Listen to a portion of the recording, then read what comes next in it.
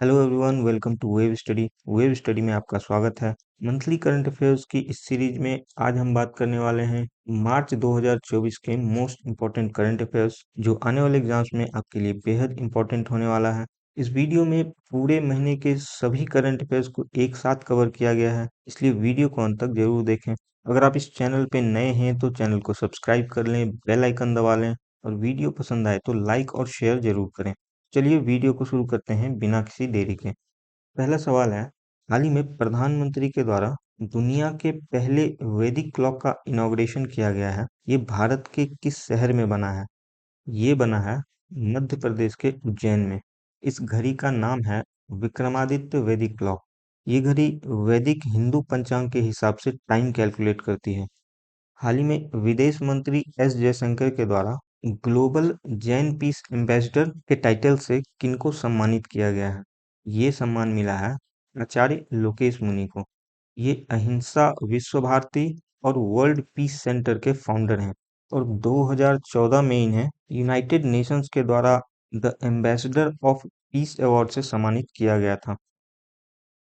हाल ही में environment ministry या पर्यावरण मंत्रालय के द्वारा लेपर्ड्स यानी तेंदुओं के स्टेटस की एक रिपोर्ट जारी की गई है।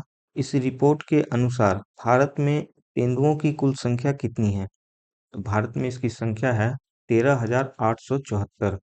अगर स्टेट वाइज पॉपुलेशन की बात करें तो सबसे अधिक लेपर्ड मध्य प्रदेश में पाए जाते हैं और यहाँ पे इसकी संख्या है 3,907। इसके बाद दूसरे नंबर पे है महाराष्ट्र, तीसरे नंबर पे कर्नाटक और चौथे नंबर पे तमिलनाडु। हाल ही में भारत के पहले नेशनल डॉल्फिन रिसर्च सेंटर का अनावरण किया गया है। ये कहाँ पे बना है? ये लोकेटेड है पटना यूनिवर्सिटी कैंपस के अंदर, गंगा नदी के तट पे। अगर गैंजेटिक डॉल्फिन के पॉपुलेशन की बात करें तो भारत में इसकी कुल संख्या लगभग 3,000 के आसपास है, जिसमें से आधा सिर्फ बिहार में मौजूद है और इसी वजह से इस रिसर्च सेंटर को बिहार में बनाया गया है। अगला सवाल है, नेशनल सिक्योरिटी गार्ड या एनएसजी के नए डायरेक्टर जनरल के रूप में किनको अपॉइंट किया गया है? ये बने हैं दलजीत सिंह चौधरी। दलजीत सिंह को इसी साल जनवरी में एसएसबी यानी सशस्त्र सीमा बल का डायरेक्टर जनरल बनाया गया था और अब इनको एनएसजी के डायरेक्टर जनरल का एडिशनल चार्ज दिया गया है। यानी अब ये एसएसबी और एनएसजी दोनों को लीड करेंगे। एनएसजी को ही ब्लैक कैट के नाम से भी जाना जाता है। अगला है national commission for scheduled caste NCSC. इसके नए चेयरमैन कौन बने हैं? ये बने हैं किशोर मखवाना। एनसीएससी एक कॉन्स्टिट्यूशनल बॉडी है जिसको 2004 में इस्टेब्लिश किया गया था और इसके लिए हमारे संविधान में आर्टिकल है आर्टिकल 338। हाल ही में 71वें मिस वर्ल्ड ब्यूटी कॉन्टेस्ट को मुंबई में ऑर्गेनाइज किया गया था। ये 28 साल बाद भारत में ऑर्गेनाइज किया गया है। इस ब्यूटी कॉन्टेस्ट की विनर कौन बनी है? तो 2024 के मिस वर्ल्ड का खिताब जीता है चेक रिपब्लिक की क्रिस्टीना पिस्कोवा ने और इसकी फर्स्ट रनर अप थी लेबनान की यास्मीना जैतौन। टेस्ट में भारत को रिप्रेजेंट किया था मुंबई की सिनी शेट्टी ने। ये फेमिना मिस इंडिया वर्ल्ड 2022 की विनर थी। इसी कॉन्टेस्ट में रिलायंस फाउंडेशन की चेयरपर्सन नीता अंबानी को मिस वर्ल्ड ह्यूमैनिटेरियन अवार्ड से सम्मानित किया गया है।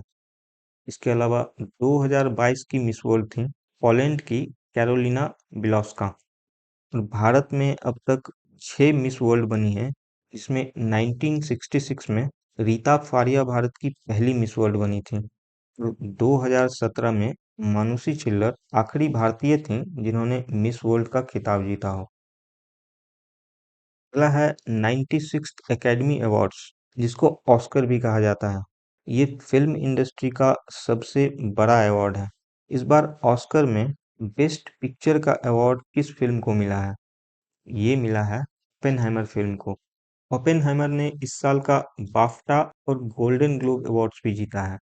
बेस्ट फिल्म के अलावा ओपेनहाइमर के डायरेक्टर क्रिस्टोफर नोलान को बेस्ट डायरेक्टर का अवार्ड मिला है और इसी फिल्म के एक्टर किलियन मर्फी को बेस्ट एक्टर का अवार्ड मिला है।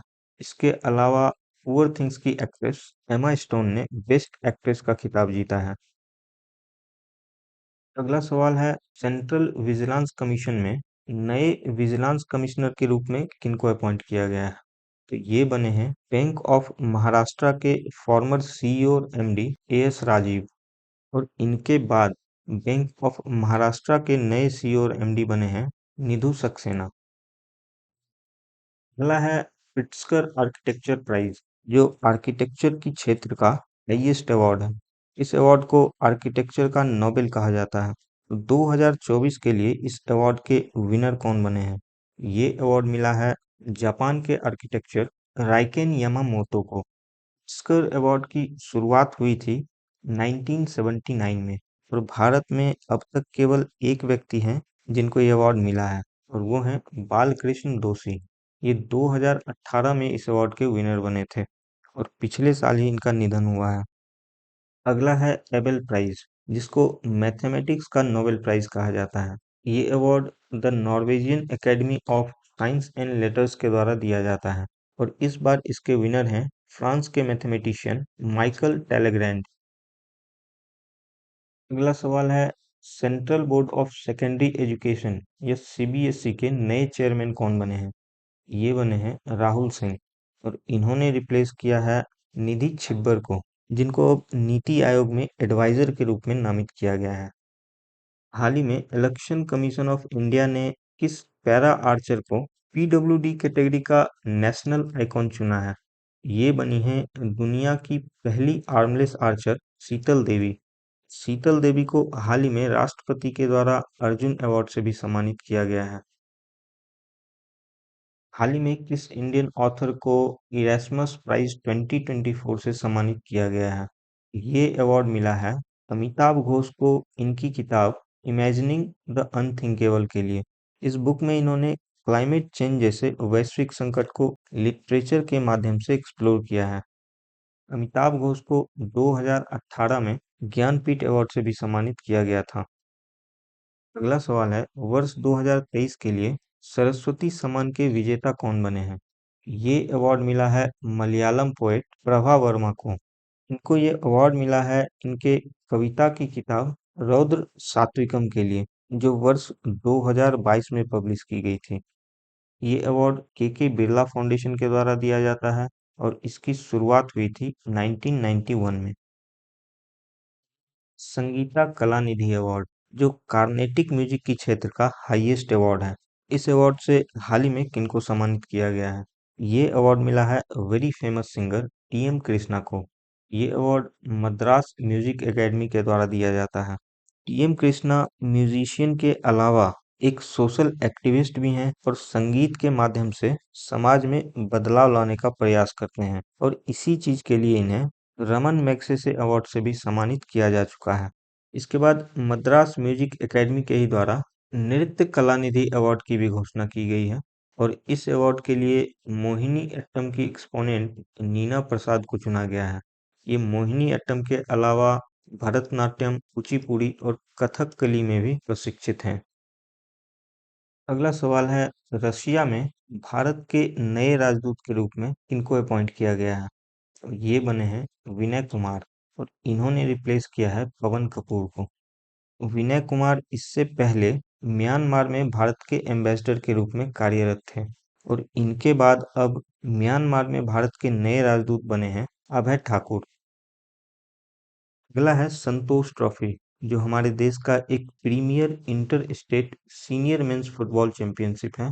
इसके 77वें एडिशन का विनर कौन बना है? ये इस बार जीता है सर्विसेज की टीम ने, और सर्विसेज ने इसमें गोवा को 1-0 से हराया है, और ये एकमात्र गोल किया है सर्विसेज के खिलाड़ी पीपी सफील ने।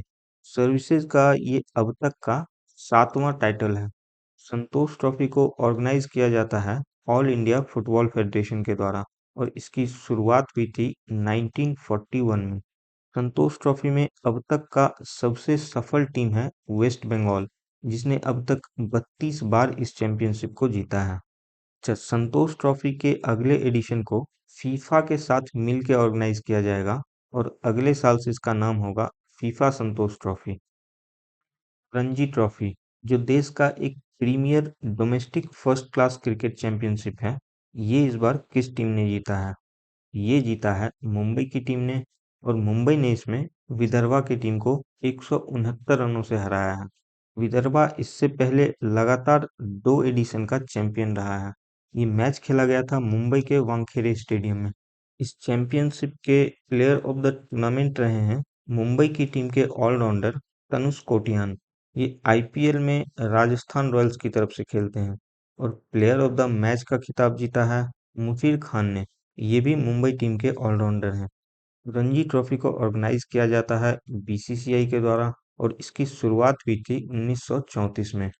रणजी ट्रॉफी का सबसे सफल टीम है मुंबई, और ये इसका अब तक का 42वां टाइटल है। मुंबई टीम के कैप्टन हैं अजिंक्य रहाणे। अगला है खेलो इंडिया यूनिवर्सिटी गेम्स, जिसको हाल ही में नॉर्थ ईस्ट के 7 राज्यों में ऑर्गेनाइज किया गया है। इस बार इसका ओवरऑल चैंपियन कौन बना है? ये जीता है चंडीगढ़ यूनिवर्सिटी ने। इन्होंने इसमें टोटल 71 मेडल्स जीते हैं, जिसमें 32 गोल्ड शामिल है। इसके मैस्कॉट का नाम था अष्टलक्ष्मी, जिसको एक बटरफ्लाई की शेप में बनाया गया है, जो नॉर्थ ईस्ट के एस्पिरेशन की उड़ान को दर्शाता है। अगला सवाल है, प्रो कबड्डी लीग का 10वां सीजन किस टीम ने जीता है? ये जीता है पुनेरी पल्टन ने। इसमें रनर अप रहा है हरियाणा स्टीलर्स। पुनेरी पल्टन का ये पहला प्रो कबड्डी लीग टाइटल है, और पिछले एडिशन में ये रनर अप रहे थे। ये फाइनल में जयपुर पिंक पैंथर से हारे थे। अगला सवाल है, ऑल इंडिया चेस फेडरेशन के नए प्रेसिडेंट कौन बने हैं? देखिए, हाल ही में ऑल इंडिया चेस फेडरेशन के प्रेसिडेंट के लिए इलेक्शन कराया गया, जिसमें हरियाणा के नितिन नारंग को यूनानिमसली इसका प्रेसिडेंट चुना गया। एआईसीएफ इस्टेब्लिश हुआ था 1951 में, और नितिन नारंग इसके इतिहास में अब तक के सबसे कम उम्र के प्रेसिडेंट बने हैं। इनकी उम्र है 36 साल। अगला है पैरालंपिक्स कमेटी ऑफ इंडिया, इसके नए प्रेसिडेंट के रूप में किनको चुना गया है? ये बने हैं पैरालंपिक्स में 2 बार गोल्ड मेडल जीतने वाले खिलाड़ी देवेंद्र झाझरिया। इन्होंने रिप्लेस किया है farmer para athlete Deepa Malik को। हाल ही में इंटरनेशनल हॉकी फेडरेशन के द्वारा इस भारतीय खिलाड़ी को एफआईएच एथलीट्स कमेटी के को चेयरमैन के रूप में नियुक्त किया गया है। इस पद के लिए चिले की केमिला कारम के साथ भारतीय पुरुष हॉकी टीम के पूर्व कप्तान और गोलकीपर पीआर श्रीजेश को नियुक्त किया गया है। ये 2017 में ही एफआईएच एथलीट्स कमेटी के मेंबर बने थे। इंटरनेशनल हॉकी फेडरेशन का हेडक्वार्टर है स्विट्जरलैंड के ल्यूसान में।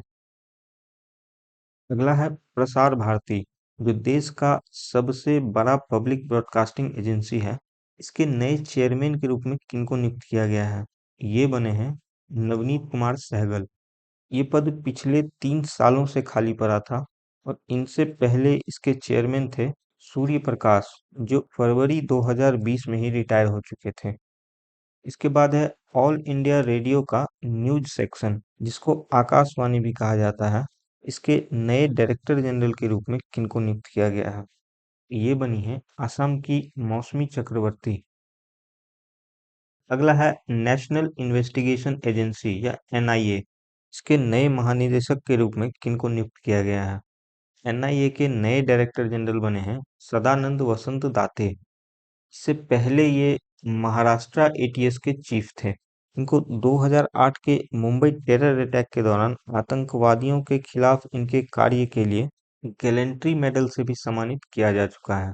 इनको 26/11 का हीरो कहा जाता है। अगला है नेशनल डिजास्टर रिस्पांस फोर्स या एनडीआरएफ। इसके नए महानिदेशक कौन बने हैं? ये बने हैं पीयूष आनंद। इससे पहले ये सीआईएसएफ के स्पेशल डायरेक्टर जनरल थे। अगला है नॉर्थ अटलांटिक ट्रीटी ऑर्गेनाइजेशन या नेटो, जो दुनिया का सबसे पावरफुल मिलिट्री अलायंस है। इसके 32वें मेंबर के रूप में किस देश को शामिल किया गया है? तो हाल ही में स्वीडन नेटो का 32वां मेंबर बना है। इससे कुछ ही महीने पहले फिनलैंड नेटो का 31वां मेंबर बना था। अगला है इंटरनेशनल सोलर अलायंस। इसके 97th मेंबर के रूप में किस देश को शामिल किया गया है? हाल ही में पनामा ने आईएसए को रेटिफाई कर इसका 97th मेंबर बना है। आईएसए का हेडक्वार्टर है हरियाणा के गुरुग्राम में। अच्छा, नेटो का हेडक्वार्टर है बेल्जियम के शहर ब्रसल्स में। हाल ही में यूएनडीपी या यूनाइटेड नेशंस डेवलपमेंट प्रोग्राम के द्वारा ह्यूमन डेवलपमेंट रिपोर्ट 2023-24 रिलीज किया गया है, जारी किया गया है। इस रिपोर्ट के अनुसार जेंडर इनइक्वालिटी इंडेक्स 2022 में भारत की रैंक क्या है? इसमें भारत की रैंक है 108 आउट ऑफ 193 कंट्रीज। पिछले साल इस इंडेक्स में भारत की रैंक थी 122 आउट ऑफ 191 कंट्रीज। यानी इस इंडेक्स में भारत 14 पोजीशन से इम्प्रूव हुआ है, जो भारत के लिए काफी बड़ी इम्प्रूवमेंट है। इस इंडेक्स में टॉप किया है डेनमार्क ने। इसके अलावा यूएनडीपी के इसी ह्यूमन डेवलपमेंट रिपोर्ट के आधार पे ह्यूमन डेवलपमेंट इंडेक्स जारी किया गया है और इस इंडेक्स में भारत की रैंक है 134 आउट ऑफ 193 कंट्रीज। पिछले साल इसमें भारत की रैंक थी 135 आउट ऑफ 191 कंट्रीज और इसमें टॉप किया है स्विट्जरलैंड ने। हाल ही में स्विट्जरलैंड के एक ऑर्गेनाइजेशन आईक्यू एयर के द्वारा वर्ल्ड एयर क्वालिटी रिपोर्ट 2023 जारी किया गया है। इस रिपोर्ट के अनुसार भारत का कौन सा शहर दुनिया का सबसे प्रदूषित शहर बन गया है? ये बना है बिहार का शहर बेगूसराय। बेगूसराय के बाद इसमें दूसरे नंबर पे है गुवाहाटी। इसके अलावा भारत की राजधानी नई दिल्ली दुनिया का सबसे पॉल्यूटेड कैपिटल सिटी तो पिछले कई सालों से है ही। अच्छा, अगर नेशनल लेवल की बात करें तो बांग्लादेश दुनिया का सबसे पॉल्यूटेड कंट्री है। इसके बाद दूसरे नंबर पे है पाकिस्तान और तीसरे नंबर पे है भारत। हाल ही में यूनाइटेड नेशंस के द्वारा वर्ल्ड हैप्पीनेस रिपोर्ट 2024 रिलीज किया गया है। इसमें भारत की रैंक क्या है? 146 देशों की इस लिस्ट में भारत 126वें नंबर पे है। इसमें फिनलैंड लगातार 7वीं बार टॉप पोजीशन पे है। अगला है महाराष्ट्र भूषण अवार्ड, जो कि महाराष्ट्र का हाईएस्ट सिविलियन अवार्ड है। इस अवार्ड से हाल ही में किनको सम्मानित किया गया है? तो ये सम्मान मिला है डॉक्टर प्रदीप महाजन को रीजेनरेटिव मेडिसिन की फील्ड में इनके कंट्रीब्यूशन के लिए। अगला है PV Narasimha Rao memorial award for philanthropy work. इस अवार्ड से हाल ही में किनको सम्मानित किया गया है? तो ये सम्मान मिला है टाटा सन्स के फॉर्मर चेयरमैन रतन टाटा को। इनको ये अवार्ड मिला है इनके सोशल वेलफेयर और फिलेंथ्रोपी के लिए। इन्होंने अपनी कमाई का आधे से भी अधिक हिस्सा डोनेट कर दिया है टाटा ट्रस्ट के थ्रू। अगला सवाल है सऊदी अरेबियन ग्रैंड प्रिक्स 2024 ये किस खिलाड़ी ने जीता है? ये जीता है रेडबुल के मैक्स वर्स्टेपन ने। इसके बाद ऑस्ट्रेलियन ग्रैंड प्रिक्स किस खिलाड़ी ने जीता है? ये जीता है फरारी के कार्लोस सेंस ने। हाल ही में प्रधानमंत्री के द्वारा असम के जोरहाट डिस्ट्रिक्ट में स्टैच्यू ऑफ वेलर नाम के एक मूर्ति का अनावरण किया गया है। ये स्टैच्यू किनको डेडिकेट किया गया है? ये मूर्ति है अहोम डायनेस्टी के जनरल लचित बोरफुखान का। लचित बोरफुखान को 1671 के बैटल ऑफ सरायघाट के लिए याद किया जाता है, जिसमें इन्होंने असम को मुगलों की विशाल सेना से बचाया था। ब्रॉन्ज से बने 125 फीट की इस मूर्ति को रामबांजी सुतार के द्वारा डिजाइन और कंस्ट्रक्ट किया गया है। इन्होंने ही गुजरात में स्थित सरदार पटेल की मूर्ति स्टैच्यू ऑफ यूनिटी को बनाया था। हाल ही में यूनियन मिनिस्टर हरदीप सिंह पुरी की पत्नी लक्ष्मी मुर्देश्वर पुरी ने अपना डेब्यू नॉवेल लॉन्च किया है। इस बुक का टाइटल क्या है? इस किताब का शीर्षक है swallowing the sun. Lakshmi Murdeshwar Puri United Nations में असिस्टेंट सेक्रेटरी जनरल के पद पे भी रह चुकी हैं। अगला है श्रीलंका के किस पूर्व राष्ट्रपति के द्वारा द कॉन्स्पिरेसी नाम की किताब को लिखा गया है? इस बुक के ऑथर हैं गोटाबया राजपक्षा। ये नवंबर 2019 से जुलाई 2022 तक श्रीलंका के राष्ट्रपति थे। अगला सवाल है पाकिस्तान के 14वें प्रेसिडेंट के रूप में किनको इलेक्ट किया गया है? पाकिस्तान में हाल ही में चुनाव कराया गया है और पाकिस्तान के नए राष्ट्रपति बने हैं आसिफ अली जरदारी। इसके अलावा शहबाज शरीफ पाकिस्तान के नए प्रधानमंत्री चुने गए हैं। अगला है हंगरी का नया प्रेसिडेंट किनको चुना गया है। ये बने हैं तामस सुल्यक। इनसे पहले कैटलिन नोवाक यहाँ के प्रेसिडेंट थे, जिनको हाल ही में एक स्कैंडल की वजह से रिजाइन देना पड़ा। अगला है इंडियन स्टील एसोसिएशन कमेटी के द्वारा इसके नए प्रेसिडेंट के रूप में किनको चुना गया है। ये बने हैं जिंदल स्टील एंड पावर के चेयरमैन नवीन जिंदल। तो इन्होंने रिप्लेस किया है Arcelor Mittal Nippon steel India के सीईओ दिलीप ओमेन को। अगला है इंडियन बैंक्स एसोसिएशन। इसके नए चेयरमैन कौन बने हैं। ये चुना गया है सेंट्रल बैंक ऑफ इंडिया के सीईओ और एमडी एमवी राव को। इसके अलावा आईबीए के 3 नए डिप्टी चेयरमैन को भी चुना गया है, जिसमें एसबीआई के करंट चेयरमैन दिनेश कुमार खाड़ा भी शामिल हैं। हाल ही में किस राज्य की सरकार के द्वारा इंदिरा गांधी प्यारी बहना सुख सम्मान निधि योजना लॉन्च किया गया है। ये किया गया है हिमाचल प्रदेश की सरकार के द्वारा। इस योजना के तहत 18 से 60 वर्ष की महिलाओं को हर माह 1500 रुपये यानी सालाना 18,000 रुपये दिए जाएंगे। महतारी वंदन योजना ये किस राज्य के द्वारा शुरू की गई है। ये योजना है छत्तीसगढ़ की महिलाओं के लिए। इस योजना के अंतर्गत 23 से 60 वर्ष की विवाहित महिलाओं को हर महीने 1,000 रुपये की आर्थिक सहायता दी जाएगी, यानी सालाना 12,000 रुपये। अगला सवाल है Chameli Devi Jain award for outstanding women media person 2024। इस अवार्ड की विनर कौन बनी है। ये अवार्ड ज्वाइंटली 2 महिला पत्रकारों को दिया गया है, जिसमें एक हैं इंडिपेंडेंट जर्नलिस्ट ग्रीष्मा कुठार और दूसरी हैं इंडियन एक्सप्रेस की रितिका चोपड़ा। अगला है डायना मेमोरियल अवार्ड, जो हर 2 वर्षों पे विश्व के असाधारण युवाओं को उनके सामाजिक या मानवीय सेवाओं के लिए प्रदान किया जाता है। इस अवार्ड से हाल ही में दुनिया के अलग-अलग देशों के 20 युवाओं को सम्मानित किया गया है, जिसमें भारत के 2 युवा शामिल हैं।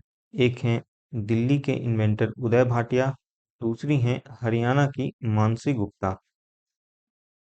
हाल ही में किस भारतीय बिजनेसमैन को ब्रिटेन के राजा चार्ल्स तृतीय के द्वारा नाइटहुड अवार्ड से सम्मानित किया गया है। ये सम्मान मिला है भारती इंटरप्राइजेज के फाउंडर और चेयरमैन सुनील भारती मित्तल को। अच्छा, इस अवार्ड का पूरा नाम है the Knight Commander of the Most Excellent Order of the British Empire, और इसी को शॉर्ट में केबीई अवार्ड भी कहा जाता है। ये अवार्ड ब्रिटिश मोनार्क के द्वारा दिए जाने वाले सर्वोच्च नागरिक सम्मान में से एक है। इनको ये अवार्ड मिला है इंडिया यूके बिजनेस रिलेशन को मजबूत बनाने में इनके सहयोग के लिए। इनसे पहले अब तक भारत के केवल 3 व्यक्तियों को ये सम्मान मिला है। इसमें पहले व्यक्ति थे जमशेद ईरानी, जिनको 1997 में नाइटहुड से सम्मानित किया गया था। उसके बाद 2001 में रविशंकर और 2009 में रतन टाटा को ये सम्मान मिला है। और इन तीनों को क्वीन एलिजाबेथ द सेकेंड के द्वारा सम्मानित किया गया था। अगला है वुमेन्स प्रीमियर लीग। इसके दूसरे एडिशन का विनर कौन बना है। ये इस बार जीता है आरसीबी यानी रॉयल चैलेंजर्स बैंगलोर ने। इसमें आरसीबी ने दिल्ली कैपिटल्स को 8 विकेट से हराया। इसमें ऑरेंज कैप की विनर है एलिस पेरी और पर्पल कैप जीता है श्रियंका पाटिल ने। ये दोनों ही आरसीबी की खिलाड़ी हैं। आरसीबी की कैप्टन है स्मृति मंधाना। डब्ल्यूपीएल का पहला सीजन जीता था मुंबई इंडियंस ने, और उसमें भी दिल्ली कैपिटल्स रनर अप रहा था। अगला है किस भारतीय बैडमिंटन जोड़ी ने फ्रेंच ओपन 2024 के मेंस डबल्स का खिताब जीता है। तो ये जीता है सात्विक सिराज और चिराग शेट्टी की जोड़ी ने। ये इनका अब तक का दूसरा फ्रेंच ओपन टाइटल है।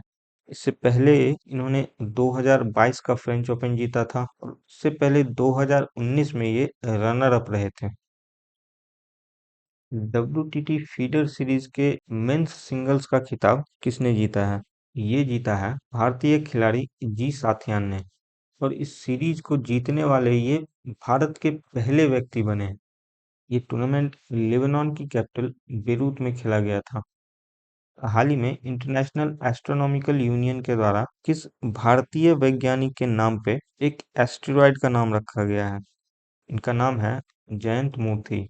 प्रोफेसर मूर्ति ने नासा के न्यू हॉरिजन प्रोजेक्ट पे भी काम किया है और इसी चीज को रिकॉग्नाइज करने के लिए इनको ये सम्मान दिया गया है। उस एस्टेरॉयड का पहले नाम था 2005 X-29 और अब इसका नया नाम है 215884 जयंत मूर्ति। अगला सवाल है 2024 के पेरिस ओलंपिक के लिए इंडियन ओलंपिक एसोसिएशन के द्वारा भारत की तरफ से फ्लैग बेयरर किनको चुना गया है? ये चुना गया है पूर्व टेनिस खिलाड़ी शरथ कमल को। इनके अलावा एमसी मैरी कॉम को सेफ डे मिशन या भारतीय दल का हेड चुना गया है। अगर आपने मेरा पिछले महीने का करंट अफेयर्स देखा होगा तो आपको पता होगा कि पिछले महीने अभिनव बिंद्रा को 2024 के पेरिस ओलंपिक के लिए टॉर्च बियरर के रूप में चुना गया है। हाल ही में भारत सरकार द्वारा कीर्ति प्रोग्राम लॉन्च किया गया है जिसके तहत 9 से 18 साल के स्कूली बच्चों को खेल के क्षेत्र में उनके यूनिक टैलेंट को आइडेंटिफाई किया जाएगा और उनको ट्रेन किया जाएगा। इस प्रोग्राम का पूरा नाम क्या है? इसका पूरा नाम है खेलो इंडिया राइजिंग टैलेंट आइडेंटिफिकेशन। अगला सवाल है Federation of Indian Export Organisation के नए प्रेसिडेंट कौन बने हैं? ये बने हैं अश्विनी कुमार। उसके बाद हाल ही में इंटरनेशनल टेलीकम्युनिकेशन यूनियन के द्वारा किस भारतीय को आईटीयू के डिजिटल इनोवेशन बोर्ड में को चेयरमैन के रूप में इलेक्ट किया गया है? ये बने हैं भारत के telecom secretary Neeraj Mittal. ITU United Nations का एक स्पेशलाइज्ड एजेंसी है जिसका हेडक्वार्टर है जेनीवा। हाल ही में बीएसएफ की पहली महिला स्नाइपर कौन बनी है? तो ये बनी है हिमाचल प्रदेश की सुमन कुमारी। हाल ही में अजीज कुरैशी जी का निधन हुआ है। ये किस राज्य के फॉर्मर गवर्नर थे? ये थे उत्तर प्रदेश के पूर्व गवर्नर। अगला सवाल है पुर्तगाल के नए प्राइम मिनिस्टर कौन बने हैं? ये बने हैं लुइस मोंटेनेग्रो और इनसे पहले भारतीय मूल के एंटोनियो कोस्टा यहाँ के प्रधानमंत्री थे। इसके बाद फिलिस्तीन के नए प्राइम मिनिस्टर के रूप में किनको अपॉइंट किया गया है? हाल ही में फिलिस्तीन के राष्ट्रपति मोहम्मद अब्बास के द्वारा मोहम्मद मुस्तफा को फिलिस्तीन का नया पीएम चुना गया है। तो ये थे मार्च महीने के most important current affairs. Video को अंत तक देखने के लिए आपका बहुत बहुत धन्यवाद। आई होप ये वीडियो आपको पसंद आया हो। अगर पसंद आया है तो लाइक और शेयर जरूर करें। अगर आप इस चैनल पे नए हैं तो चैनल को सब्सक्राइब कर लें, बेल आइकन दबा लें और कमेंट बॉक्स में अपने सुझाव और एक्सपीरियंस हमसे जरूर शेयर करें। मिलते हैं अगले वीडियो में, तब तक के लिए bye bye and take care.